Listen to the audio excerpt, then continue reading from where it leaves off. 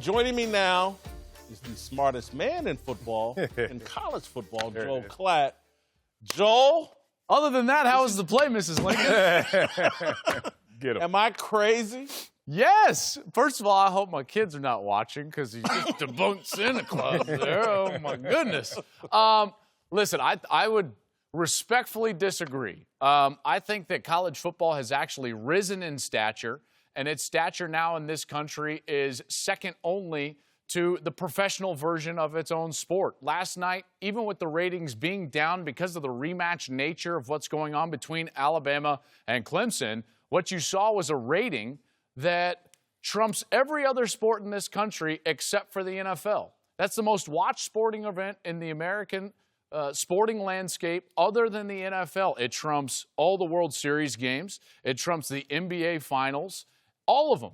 And one of the things that I want to make sure that we are retaining is the fact that it has grown to that stature in part because it is not a myth anymore. And we do have somewhat of a postseason structure that many disagree with, but what we're doing is crowning a legitimate champion at 15-0. What I wouldn't have wanted to see this year is Alabama go to the Sugar Bowl and Clemson go to the Orange Bowl, and they both finish 14-0, and then we've got to, split a national championship like Michigan and Nebraska did in 1997? Is that really what you're arguing for, is split national champions? It just Georgia wasn't Tech and that Colorado, important, Miami Joel. and Washington? It wasn't that important. I think it was because winning I just told you what the ratings were. This is the second most popular sport in our country. What more do you want? Is it going to pass the NFL? Probably not. But it has passed every other major sport in our country, in large part because they've done an interesting job of retaining the importance of the regular season while also giving us this bowl structure that has a postseason into it in regards to a playoff. Very regional, Joel. It is regional, and it's unfair for Joel to use those comparisons when they're not analogous. One, every sport outside of football is in a series when you talk about do or die. So it has to be a cumulative rating. Hard to compare when you're saying we got 7 of these versus 1, and it's a do or die situation. The measurement for their success has turned out to be economics. No one can dispute the economics of this. You basically extracted from these amateurs another 2 games from the top of those amateurs, and it's supported the economics, and I think that's what's losing me in terms of the spirit of the college football playoffs. Besides everything that Whitlock said, which I agree with, I'm just not as interested, but also it is a little disheartening to know that these players are not getting paid, A, but then you're going to extract even more out of these same players and not give them anything. So the greed element to me also is part of this conversation. See, that's interesting because I feel like that's a totally different argument than what Jason's. Well, I would agree with you on that. I'm sitting here, I'm like, I don't have a lot to disagree there because I believe in the economic argument. Let me give you another layer, Joel, okay, please. Because I didn't want to take up all the time and go over all my rants. I'm going to spread them out. Look at everybody turning pro and saying I'm not playing in a bowl game. Okay.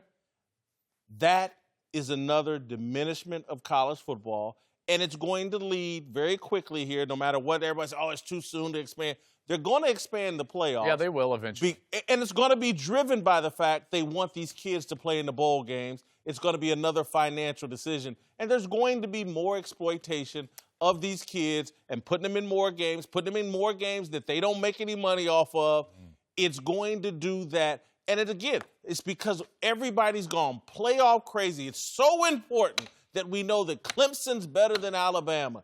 It's not that damn important. College football was at its best to me when people thought winning their conference championship was the end-all, be-all. And, there's this bonus. And I love the arguments. But don't we still have that? Don't we still have that with the inclusion into the playoff? Not this year. Did you really love – come on now. Yes. Let's go back. Did you really love arguing between Michigan and Nebraska, between USC I didn't have a problem and with LSU in 2000 and what was that, 4? Y'all, people acted like at the time, because I've been saying this for 20-some-odd years, people acted like there was some kind of post-traumatic stress disorder because you didn't get to play in the national championship game or you weren't voted national championship. We acted like that was some crime against to win. Right? I mean, so to win you're arguing. Listen, you're arguing for the kids in one respect, yes. And then out of the other side of your mouth, you're saying but we shouldn't allow them to reap the benefits of what they've worked hard for. Part of what you work hard for is monetary, yes, but part of what you work hard for as a team is to win a championship. So you're telling me that that championship is no longer important?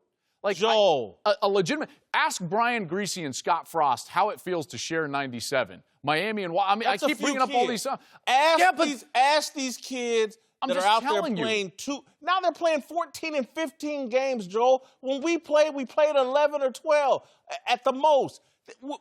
We're putting these kids at risk and making them do more work for the benefit of. Well, I don't think you need to ask the kids. You said the playoff is diminishing college football. It is. If you said the road to the playoffs. If you said the playoff is exploiting the players, now it's a different conversation. When it exploits, it diminishes. Is the regular season as important as it was yesteryear? No. Are the bowl games, even an Alabama team that wins an Orange Bowl, trivia, everyone. Yep. Did you know they won the Orange Bowl in the process? I didn't know they played it. In the process of getting to the game. Why are you playing in San Francisco Stadium, Santa Clara? What bowl is that? Oh, it's not. It's the College Football Championship. National Championship Bowl, which was supposed to be a rotating bowl trophy, right? Which bowl is that? It's not a bowl. It's basically a +1. It's a national championship game. What happened to the rotating bowl? Where they don't even care about football, and you know it. Well, because it's there. I mean, because they bid on it, right? I mean, they bid on it. What do you want me? What now? I'm supposed to defend where the game is at? Well, we're attacking college football in a lot of different directions. Are we talking about economics? Are we talking about the diminishment of the regular season? We're talking about the diminishment of college football. Has never been stronger. Period. And what measurement, though? That's the thing. Popularity? Oh, no, it's less popular right now. Really? I mean, look, I could talk about the energy. I could talk about the excitement. We could talk about why the ratings are down, because people are not as interested, even though this was the third matchup in 4 years. Think about this. College football was good, and perfect is the enemy of good. What they tried to do was enhance something that was already damn good and try to make it perfect. And what they did is now undermine what the product was, which is now those regular season games don't mean exactly the same. And then after the conference championship games, Lord, December 24th on, what are we watching up into those moments? Listen, all great points. And it's hard to defend a lot of the things in college football. It's convoluted. The structure is broken. There's a lot of things. And because of that brokenness, what you get is a lot of hands in there, a lot of cooks in the kitchen in order to try to fix it. But I will retain my position that only recently it's been the second most popular sport in our country, right? So you can say the ratings are down. Television ratings are down across the board. Sports viewing ratings are down across the board. Ask Major League Baseball how they're doing. Ask any number of sports how they're doing in ratings. They'll say they're down. The NFL is up this year. I think that they hold a unique position, college football does, right now, that they have never held, which is the fact they are number 2. I would agree. And to me, a lot of that has to do with problems with baseball and the pace of play of kids. NBA, no, the regular season doesn't matter, and they can say whatever they want on social media. The NBA, Adam Silver doesn't know what he's doing, and the NBA and the whole LeBron deal, they can tell those lies. The reality is the sports just doesn't compare to football. But, Joe, my point is that the playoffs have not improved college football. It has satisfied the media, but it has not improved the game, in my view, for the players overall, all of them. I'm talking about all the way down to the Ball State. I think it's improved their experience, and it has improved for Ball State because the finances trickle all the way down to the group of 5. I mean, these kids get treated better than any any sector of kids that have ever played, in part because of the monetary means. Now, they're not getting it in their pocket, but they're certainly getting it in terms of experience and the facilities and the food that they're getting. It's hard for me to sit here and be like, oh, man, this like burn it to the ground. It's not helping the sport. There's a reason college football is number 2 right now. In part, it is the argument surrounding the playoff and the fact that there is a playoff. It's not about the playoffs. It's about the game. The game, football, is so strong, and the whole country has gone against anything masculine, that football's still about the only masculine thing we're allowed to do. That's why college football and the NFL is still popular. This playoff system has hurt college football. Well, it's interesting. That argument is another topic, another segment, but I understand where you're coming from at the core. I will just say this in simple. If you look at college football right now, it has certainly satisfied the bottom line. We all agree there. It hasn't ruined college football in terms of economics. But what it has done is made an argument shift from now who's the champion to who should even be in contention for the championship. Ask Ohio State. Ask the UCFs of last year and most of this year. They're now on the outside. So what we're going to do is increase the model by giving it 8 teams once the 12-year deal 16. is up. And then 16. But all we're doing is increasing economics and diminishing the road to that championship. That's my problem. I believe that's what we do. That's what we do. I don't have a problem with Trevor Lawrence having to play 2 more years of college football. I really don't. Adrian Peterson was ready to play, probably at 16 years old. Leonard Fournette was ready to play. Other people, hell, I played with a guy, Jeff George. He probably could have played early. Day one. John Elway. He's not the first. He's an anomaly. I don't think we got to change the whole system because Trevor Lawrence is good enough maybe to play in the NFL right now. I kind of agree with you, Joel, that you were saying on Cowherd's show.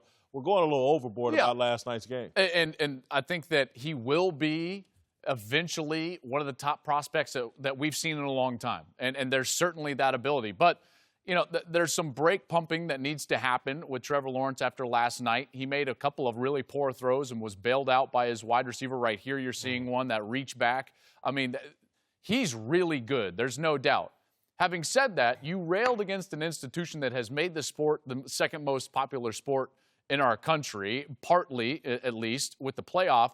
And now you're not going to rail against what I think is the most unconstitutional thing maybe in our country, which is the fact that there are 2 skills, literally, in our country that if a young person possesses, they cannot monetize for an arbitrary amount of time deemed for them by a negotiating core that they have no access to.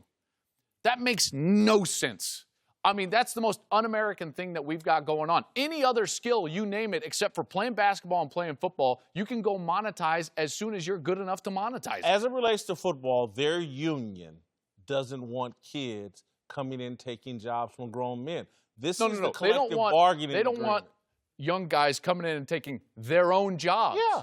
They're collectively bargaining on their own behalf without that party at the table. That's, quote, quote, collusion. Joel, honest to goodness, I was prepared to do a television show coming straight out of high school. I couldn't do it. I had to go to college first. So, But it wasn't masked. It wasn't masked. Someone could have given you that ability right away. There was you could have did public access, but look at you. You were too high economics. But here's the deal. There was no arbiter that in your own mind you were good enough, but if you were really good enough, there was no barrier to that happening. Here's the problem. 0 whatsoever. I don't like